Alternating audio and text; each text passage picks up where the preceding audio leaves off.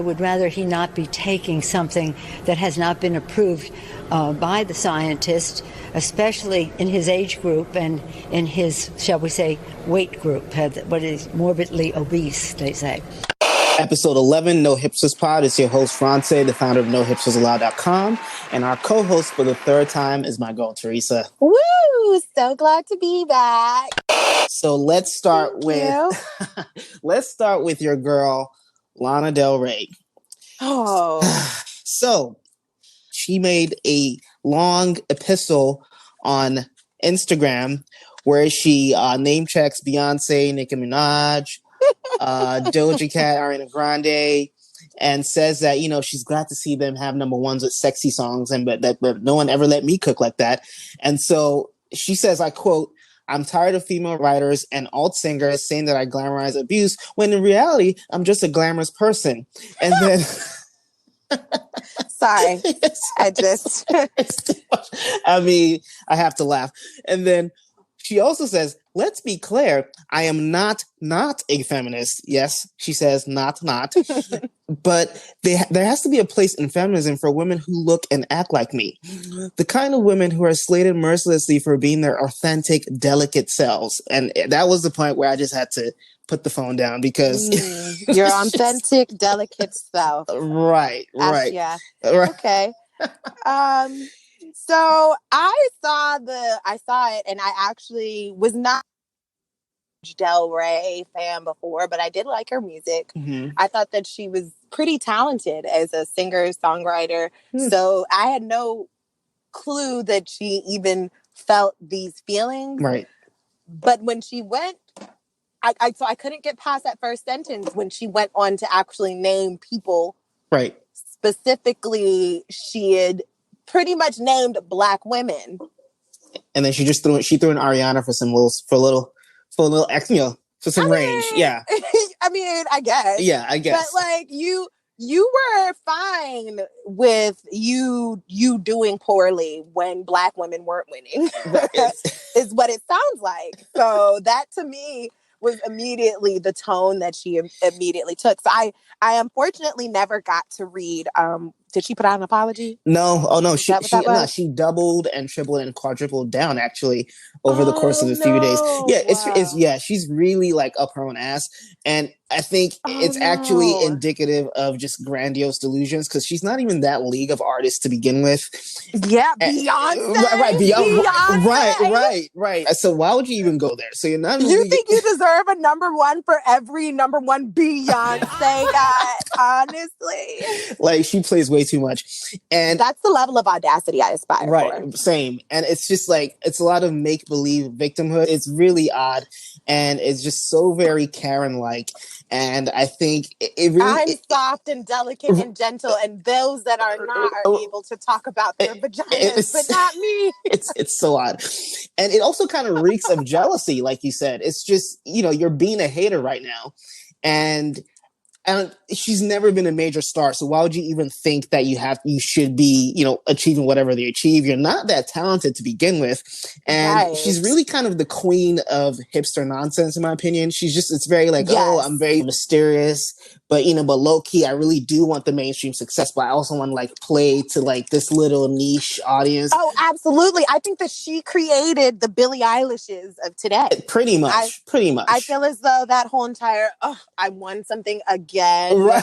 That I'm so mainstream, but I don't want to be. Exactly. I'm trying to be myself. Exactly. It's stay low key with my millions. Right. As I call it, hipster nonsense. And really, those people are the ones that want the fame more than anybody else, I believe. And so it's really. I mean, I'm glad we all dunked on her as a community, as an internet community, because she is just wildin'. I mean, I don't really understand what really possessed her to pen that and to also publish that, other than someone just wasn't there to tell her that this isn't it. I mean, and clearly no one has ever been there to tell her this is Nick, because most of her shit is actually trash. I mean, I do like Young and Beautiful and in a weird kind of I need something depressing type of way. But overall, her music is not that good. She's not a good singer. I mean, if you really want to get into it, like listen to her live performances, she's not that good. One for the money, oh, two for the show, oh. And so the fact that she feels so deserving of a certain level of success kind of draws attention to that. Interestingly, Doja Cat, not more than like 48 hours later, had a controversy of her own. And actually, there's rumors on the internet that the controversy was born out of, spite on the part of Del Rey fans who brought up dirt and pulled up her old TinyChat shenanigans. First of all, I don't know if you're familiar with TinyChat. It was this like live chat room situation, but all you needed was a link to get in. And, it was from like a decade. I haven't been on there since 2011. But apparently there is this community of incel types. And she is a regular in there. And they are, she was allegedly called the N-word and, things like dance, N-word dance. And she would, go along and dance with them. And they okay. Right. And it was, apparently there's the rumors of her taking a dookie on camera and things of that nature. And so all of that came up, and she's essentially being canceled even still as we speak. And I thought it's unfortunate because Doja Cat is a talented rapper. Super talented. I do love her music. I will definitely vouch for that and put my money down on, if you were to ask me if Lana Del Rey is talented, okay, maybe not. But with Doja, she absolutely talented. Absolutely talented. And that's actually why I started messing with her, because just based on the persona that I saw before I heard the music, I thought that this is who she was. Funny enough, I'm not really surprised. I don't know about you. Me neither. I never got the impression that she was a very politically correct, very, strong community leader. I never got that impression from her. And if you actually told me that she hung out with like the fratty white boys that would do weird things like this, I would have said that's exactly who I thought her friends were. Right. Listen, even calling them fratty white boys is kind of generous. These are like incel, abusive types. More on the redneck range than the frat boy range. It's more of like the libertarian, I love South Park range, you're too offended type people. And I hate all women because I can't get any pussy types. Absolutely. Right. I think that she may have even, so not even to vouch for her, because honestly, I feel like I'm already going to start defending her, because not going to lie, y'all, I'm still going to listen to her music. And you know what? Listen, if standing my truth, I might too. I did listen to Say So actually earlier today, but I cannot say that she violated me in a way in which I can no longer support her. Right. It feels like more of a violation of herself, if anything.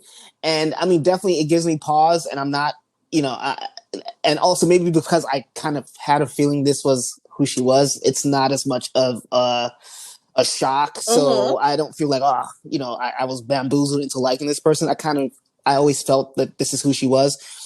And also, I feel like they are trying to blackmail her based on what I'm reading. So some of those people are trying to use this against her, at which point I would have no choice but to defend her as well. Exactly. Because it also is like, well, one, Doja's not that old. She is a very young girl. So it's possible for her to have still been in areas of her growth then that she's not in now. It's very possible. I've not heard her come out and publicly speak in regards to the video. Or the song that she wrote. Right. And so we can't really know where or why she created those things when she created them. But I'm going to tell you this. If I had the talent to sing, rap, write, and create music like that when I was 16, there might have been some little questionable things out there in the internet as well. Yeah. My views have changed. My perspective has changed. It's growth. It's continuous. But for her not speaking out on it, I think that actually works in her favor as a growing and developing artist, because the only people who are speaking are people who are trying to drag her down. and Right. those who support her were never sold an image of an Ariana Grande or sold an image of a Beyonce who is a little bit more perfect in a clean image. Right. I mean, also we all got to see her boyfriend like last year, so there've been so many indicators. I mean, I'm going to disagree with you a little bit. I think a statement might be necessary, especially if we get the good receipts about her dancing to being called, the N word. I think that is something that would need to be addressed if the receipts, are made available. But I do think that she should do some sort of a statement, but I also feel like right now it's kind of early. Let everything kind of bubble settle a before bit. you actually even speak on it, because the worst thing to do is to speak too soon And then then more shit something comes else. out. Right. Exactly. Right. And then it's Right. like, bitch, I just defended you based off of what you said, and now I'm seeing something else. Like, Right. Exactly. And actually some of the TinyChat videos that were posted on Twitter were from like last week. Now she's not saying anything crazy, but they're like making inappropriate comments about people with intellectual disabilities. She's in the room while they're saying all this, in the chat room, that is. And so, some of it is still kind of recent. So yes, she was young, I'm sure, when a lot of this happened, but some of this is as recent as last week. So. oh, Doja. Yeah, hate to see it, honestly. Okay, drag me, because I'm gonna listen to her music still. Listen, I want to hear both sides. I want to hear both sides. Yeah, you gotta hear both sides. Okay, I want to hear both sides, and I'm not gonna act like I didn't hear both sides of the R. Kelly situation. I heard both sides. I found him to be guilty. Right. And listen, I have like a post on my blog, nohipsterslaw.com, and that's like one of the early posts where I talk about canceling people and how different people have different thresholds, and different, public figures also have different limits. Like I might cancel, Lana Del Rey after one offense, and then Beyonce might get 10 offenses. Yeah. You know what I mean? Honestly, and so yes. It's you have to kind of like decide for yourself and your value system. And I think that Doja Cat is, because she's 24, which I think is old enough. She's 24, yes, but also I feel like up until 25, you're just a kid with a couple bills. Right. True. You're a kid with a couple bills. You're still figuring things out. You're still saying and doing things that could possibly get you fired from your job. I think when I was 24, I posted on my Facebook that I was having margaritas by the pool, and then I was going to work. And my boss snatched me up so quick for saying that I was drinking margaritas before I got to work that I had to tell him, like, okay, but I'm functional. Like, I'm not, like, and at 24 and at 31. Your boss was your friend on Facebook? Yes. Oh yeah, see that's where you fucked up at. That's exactly where you fucked up at. I was 24. I was 24. Yeah. I was accepting all friends, and in all honesty, you think differently. Your perspective changes, things happen. And in all honesty, I think that it won't really kill her that she made some unfavorable jokes. But also I feel like culturally she also is not necessarily from the same social background as a lot of her listeners. True. So there's a story to be told around that. And so I'm pretty sure that she's got some people behind her that are working on, being able to show the image of her that people do care to see. And I also want to add that with canceling Doja Cat, whether or not you choose to, there are lots of other people who've done questionable things that I don't think we've canceled quite yet. I'm still surprised people never canceled Karl Malone, but I guess that's a story for another day. Right. Karl Malone, or even as far as music is concerned, Rick Ross a few years ago rapped about drugging one of his women. Who knows whether he does this in real life, but it's in a song. And I think that is beyond most of what you would hear. Yeah. Right. So, it's odd. It's funny. I question myself as well. Like, why haven't I chosen to stop listening to these people? You have to step back and wonder, are you as good as you think you are? If you're saying that you have issues with certain behaviors and yet you somehow are able to forget or forgive certain things. And now, by the way, I'm not the biggest Rick Ross fan, so it's not like I'm a stan or even listen to most of his music. I really don't. But I'm not like harsh towards him. He's not like on my do not go list. You know what I mean? And he probably, should, if you really think about it. Yeah. Honestly, I really thought about how I did grow up thinking like Karl Malone's this amazing basketball player, and I thought about it the other day, and I was like, wait a second, I did forget that he had a son by a 13-year-old. Ooh. And was she that young? Yes, he had a son by a 13-year-old when he was 20. And then it was settled out of court or something. And then it just was quiet as kept.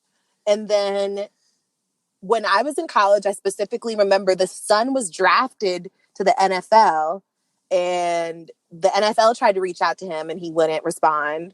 And then only a few years ago, him and his son reconnected and he started becoming this father at age 30 of his son's life. But Karl Malone never got canceled for this. I mean, it's with athletes, it's a little different. They don't really rely on spins or listens, but with musicians, definitely, that's where you can really cancel. They need each person to play their song or buy a ticket. But that also tells you a lot about this whole entire cancel culture theory, because it's if it only applies to music, are you really that ethical of a person? Right. See, it doesn't only apply to music. However, you can really kind of make impact with music quicker, in the sense that to get an NFL or NBA team to drop a player, they have to do something crazy. A lot of them are caught in domestic violence situations or, drug situations, and that's not usually going to make a team drop them. And so they only really have to answer to the team. But with entertainers, they need fans to literally put money in their pockets. The more fans, listen to your song, buy your concert ticket. So that's why it's a little different, and that's why they are more easily canceled. Mm-hmm. And also, I'm not a fan of the cancel culture term, because I think it's a bit of a misnomer. And because how many of these people really do get canceled? So many of them are back within a year or two. Mel Gibson, I believe, was nominated for an Oscar in the last however many years. I forgot. Right. And, so very few of these people are really just banished, forever. The only person I can think of is Isaiah Washington. It usually only ever happens to Black entertainers. And this is not to say that he doesn't deserve it, because Isaiah Washington is trash, but how many people are really canceled? And so I don't really believe that there is a cancel culture. And if anything, it's more of an accountability culture, which I think is needed. So, because of all the seedy things that have happened in the industry throughout the years, and things that we've known about that have come out in documentaries and in these biographies people write later, there is a need to point out when people are a bit predatory, or when they are, just not necessarily doing the right things by their fans. So I get that. I understand that. But I do also believe that I'm not really canceling Doja because a little bit of my own bias. Listen, I respect that. Black women at the top of the charts, multiple Black women at the top of the charts. At the same time. In an industry that is male dominated, and an industry that women have worked so hard for. This should not have been the first time. This is long overdue. Right. And there should be more than just 8 female rappers who have a #1 hit. In 2020, we should have more than that. Yeah. And so, I feel like if y'all are going to cancel somebody, cancel Lana. Don't cancel Doja. That's the thing about Lana, is that she's not even a big enough star to really be canceled. She's so irrelevant to me. Right? She's so irrelevant. That's why all this is just hilarious. So Michael Jordan had the Last Dance documentary that's been on for 2 months now. Yes. And I abstained from all of it because I am not a Jordan fan, and I have very specific feelings about him. And so, but now that it's over and the dust is kind of settling, I'm getting to maybe, because I didn't want to seem like just the random hater who's trying to spoil the fun. But I want to talk about my reasons for not liking him, because there was this article. It was titled Michael Jordan and the Tragedy of the Bully. And it talks about a lot of the anecdotes in the documentary about him like punching people in the face and things like that, and how like despite all of that, he's still kind of adulated. And I was wondering what you think about that. I do agree that he was a little bit of a bully, but I 150% believe that is necessary for that level of competitiveness, that's just something that comes along with it. And fortunately, I have been that same bully myself once or twice. Oh. Huh. It's me. It's you. Yes. Well, see, now that is... wow, shocking. And I don't believe that you have to be... I mean, definitely being that competitive comes with a certain level of cutthroat, but I don't know that it has to be to the point where you're victimizing like teammates and punching people and things like that. I can't imagine LeBron doing anything like that. And that article actually makes the same point, that's saying that Bill Russell, who is as accomplished as far as championships is concerned, actually has more rings, wasn't the same kind of bully. And so you can achieve the same results without being a villain, in my opinion. And that's how I mean, that's part of it. That's just one part of like my issues with Michael Jordan. I think he just has years of just being questionable. I mean, there's the infamous Republicans buy sneakers too, or something to the effect. Oh, yeah. and you know, and I guess that was like 30 years ago. And I know that not everyone is political, and no one's required to, you know, make a political stance if they don't want to. But I do think that is indicative of who he is as a person. Absolutely. It's all about, okay, it's his all character. About right. This is about me and my money, and nothing else matters. And that's just how he is, and it carries over into anything. And the same person who acts like that is also probably more inclined to punch you in the face because you think you're not performing the way you should, you know, in a basketball. Absolutely. Okay, I always think about this one incident actually that Chamillionaire spoke about on and he posted a video. It has to be like 2008 or 9, and he posted a video where he talks about meeting Michael Jordan. Went over there and I said, "Hey, fellas, you know, nobody was talking. They was just chilling, whatever, right?" And I was just like, man, I don't mean to be rude, but Mike, I just want to know if I could get a picture." And then, now I understand. I kind of expected him to say no, so I wasn't mad if he said no. But the way he said it, he said, "Oh, hell nah, man, I ain't taking no pictures with no niggas." I'm like, I just bid $7,000 for a Michael Jordan jersey. You know what I'm saying? Like, and then he goes, "You know what? I'll tell you what. You pay $15,000 right now for a jersey from me, and I'll take a picture with you." To me, that is terrible. Yeah, it is. It is kind of shitty. Yeah, like, yo, this is a kid who is younger than you and out here clearly doing his thing, and Chamillionaire is actually known for a lot of the work he's done in his community and opportunities he's created for others as well. So this is an actual smart guy, just like approaching somebody that he's idolized, and having that be the response really can be a little bit hurtful. And I can see how that, you know, immediately can tell you about Jordan's character. With Michael Jordan, I do feel like there's been this long time where he hasn't spoken up in politics. He hasn't been that person, and we've seen it. And that's just not who he signed up to be. And is there a responsibility to people who are extremely talented to also take on the responsibility of being strong community and political leaders as well? So I'm not even asking him to be like active and be on the board of NAACP or whatever. I'm just saying, just do the bare minimum. If you're playing in a state that has a KKK member running for Senate against a candidate who also happens to be Black, I think the least you can do is, you know, say something in support of that candidate. But, you know, I guess that's too much to ask.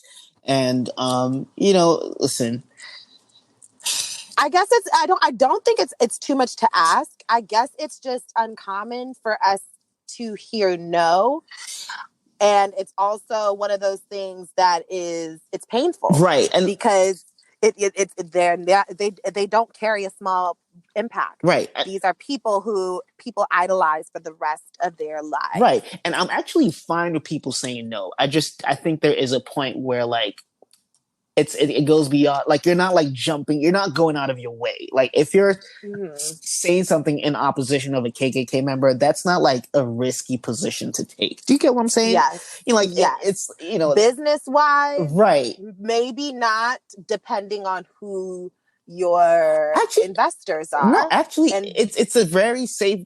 Who out is really out here, you know, caping for a KKK person, like really out, like in the mainstream. It's not a pop. I mean, no, yeah, there's not people caping, but however, I think that in terms of him wanting to, you know, remain out of politics, it had a lot to do more so with, you know, aligning himself with the Black community, and Black politics meant sometimes going against some of these supremacists and nationalists who would not want to see that, but they buy his shoes too. They you know, buy seats at the games. They are the ones who are going golfing with him. Because, I mean, he's not just golfing with Scottie Pippen.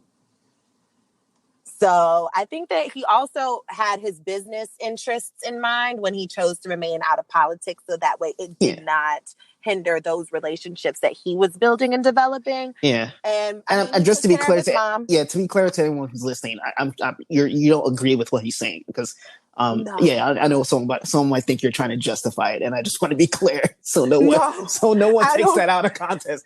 I don't mean that by any means. Right, no, right. I'm just saying that was his stance on it, and that's how I've received it. Right.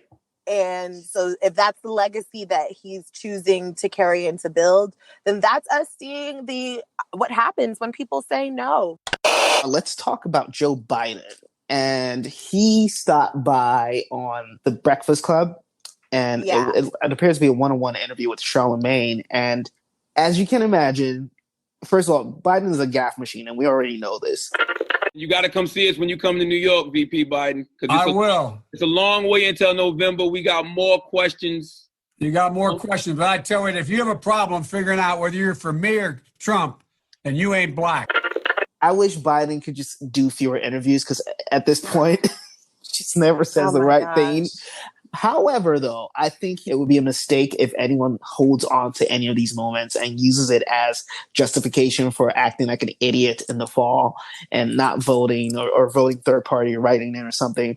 And so I really, you know, I almost, you know, we spoke about this earlier too. So I'm almost nervous to talk about it, because I don't want to give this too much attention. I don't want to give it more life. Exactly. But however, I'm using this opportunity, though, to talk about it and say that this is not reason enough to not vote, because it's just, you know, and people say the stakes are too high, and it is kind of an overused phrase at this point, but really the stakes are truly too high, and people are literally dying right now. Yes. And so people are dying, Kim. Right. Yes.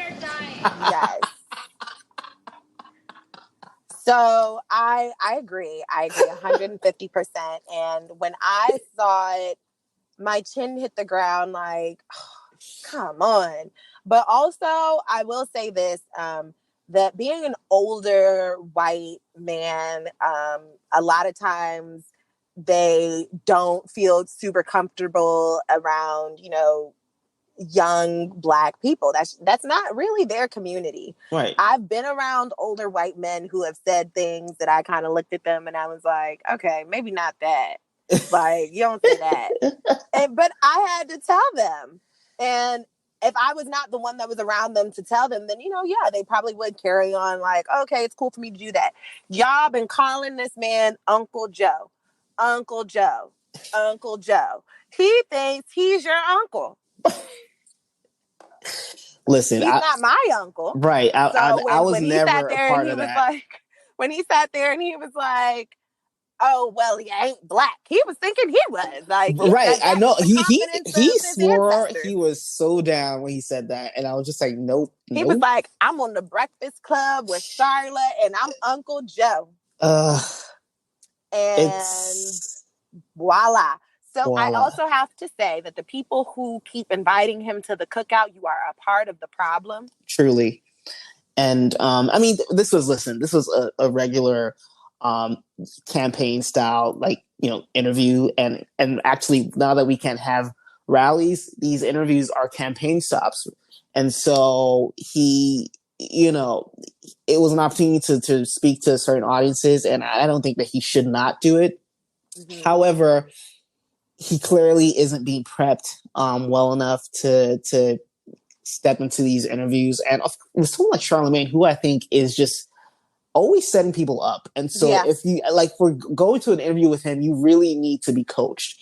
And so he stepped in that one. Actually, I want to actually change gears a bit, still staying on topic, but there is a lot of talk about wanting a Black female VP. I want one. You want one. We've talked about this in a previous episode. We both want Kamala, and that's fine. And it's okay for people to want this. How do you feel about the very public, open campaign for one? Because I don't know that it's smart, and I think it has potential to backfire in some ways. It's just I don't think it looks good. I think especially because we already have a good feeling he was going to pick one anyways, so why bother? I do feel like it's not really necessary. Mm-hmm. However, I understand people wanting to feel as though their voice was amplified enough to affect the political process. Winners and losers. Teresa. Okay. Oh, you're such a gentleman. My winner is definitely Karine Jean-Pierre, who was just hired by the Biden campaign. Okay. So she's a Haitian woman. She also worked on the Obama administration. And she was at MoveOn.org, I believe. Yep. She was at MoveOn. And I feel like the fact that Biden is already starting to employ these smart, young, capable Black women is giving me a lot more faith and confidence in where he's actually trying to go and if he's actually making the necessary steps in terms of trying to get there. Because I don't believe he is the perfect candidate. I don't even believe he was the best candidate. Not at all. But Kamala's a cop, though, right? But at the same time, aligning the right people there, I feel like it's a good step. So she's my winner, and also because it's Haitian Heritage Month, and had to do a little something for my toes. But my losers would be TikTok. After they had a whole entire cancel movement themselves on Malcolm X's birthday, Black TikTokers decided to do a blackout because TikTok has been removing videos that have been doing pretty well, which you've talked about before. But yeah, so TikTok is basically dropping the bag because there's other apps out here that are developing that are getting launched during this quarantine. And some of these social media apps, they are hot and then they're not. So a misstep like this can really end up causing TikTok from being what was one of the most popular apps at the beginning of this year to being completely canceled and replaced with apps like Voicey and never heard of that one. Oh yeah, Voicey. You can go on there and basically create your own songs, make your own music videos, all of that. Oh, I'll look it up. Yeah, you can auto tune yourself and all that. It's actually a very cool app that my 6-year-old niece introduced me to. So I'm now with it. I see. All right. So my winners actually, I have 2 winners and 2 losers this week. So my winners are DMV Fashion House, Hanifa. It's run by this girl. I think her name is Hanifa, and she's Congolese. Yes, Hanifa and I went to high school and college together. Oh, look at that! You see.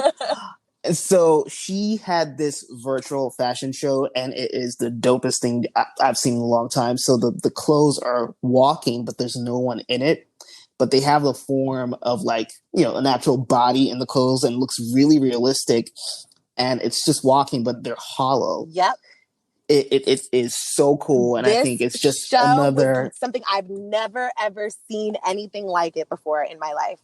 Yeah, it was amazing, and it's another example of how like innovation always wins, and people tend to get very, very innovative when they are, restricted in one way or the other, and they have to work with less. Mm-hmm. And so it was just amazing. So shout out to her. And my second winner is Tabitha Brown, the TikTok star. Yeah. This one's actually a somewhat belated winner of the week, but I'm gonna do it anyway. So this past weekend, she was featured in the New York Times style section, I believe. Yes. One of the sections, one of the cultural sections. And I just think it's just amazing how this lady just went from accidentally becoming a TikTok star because there was a funny video with her husband and her daughter. And then, all of a sudden people just fell in love with her and her voice and her face. And now she's a star, and she'd been working towards being, an actress for 20 years, 22 years, I think she said. It's crazy, y'all. I'm 41 and my dreams are just starting to come true. I've been working towards my dreams for 22 years. Sometimes the thought of 22 years seems impossible, right? But I didn't give up, and now it's happening. So don't give up on your dreams, no matter how old you are. And it's an amazing story, and it's one that gives me hope as a person with big dreams myself. And so she's definitely my other winner of this week. And yeah, she was signed by CAA, which is one of the big talent agencies, and so she's really just winning right now. So shout out to Tabitha Brown. My losers this week, the first will definitely have to be Lana Del Rey. I've said it all at this point. She's really delusional. She's really she's really inauthentic, and she thinks that she is, but she's actually quite phony in a lot of ways. It's really odd. And my second loser is Tamar Braxton.